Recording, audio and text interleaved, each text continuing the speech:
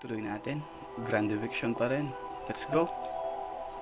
Kaya't pinalayas siya ng Panginoong Diyos sa halamanan ng Eden upang kanyang bukirin ang lupaing pinagkunan sa kanya. Yun, rapat lang nasabihin kong kasinungalingan na naman ito dahil ang mga ninuno nating mga tao ayon sa archaeological evidence ay mga hunter-gatherer and scavenger o pangangaso at pangangalap. Ang pangunahin nilang pinagkukunan ng makakain. Ayon yan sa mga kagamitan na ginagamit para sa pangangaso at pagpatay at pagproseso ng mga halaman. Halimbawa ang mga Oldowan tools 2.6 million years ago.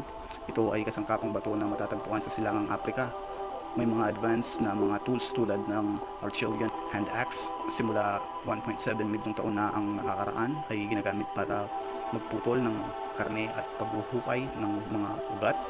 Ang mga sinaunang tao ay ginagamit ang mga kasangkapan upang magkatay ng mga hayop sa mga site tulad ng Olduvian Gorge sa Tanzania at Kobe Ora, yan ay sa Kenya. Ang mga buto ng mga hayop mula 2 milyong taon na ang nakakaraan ay may mga marka mula sa kasangkapang buto na nagpapakita na ang karne ay tinanggal mula sa mga buto. Dumako naman tayo sa nakasulat sa banal na aklat upang kanyang bukirin na ang lupaing pinagkunan sa kanya.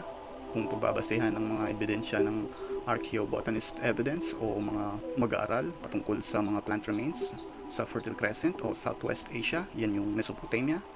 Ang mga lugar tulad ng Jericho, West Bank, Cayoni, Turkey ay nagpapakita ng mga domesticated form ng mga trigo, lentil at mga gisantes noong mga 10,000 to 9,000 BCE na may ebidensya ng pagtatanim ng pananim at pagpapastol ng hayop.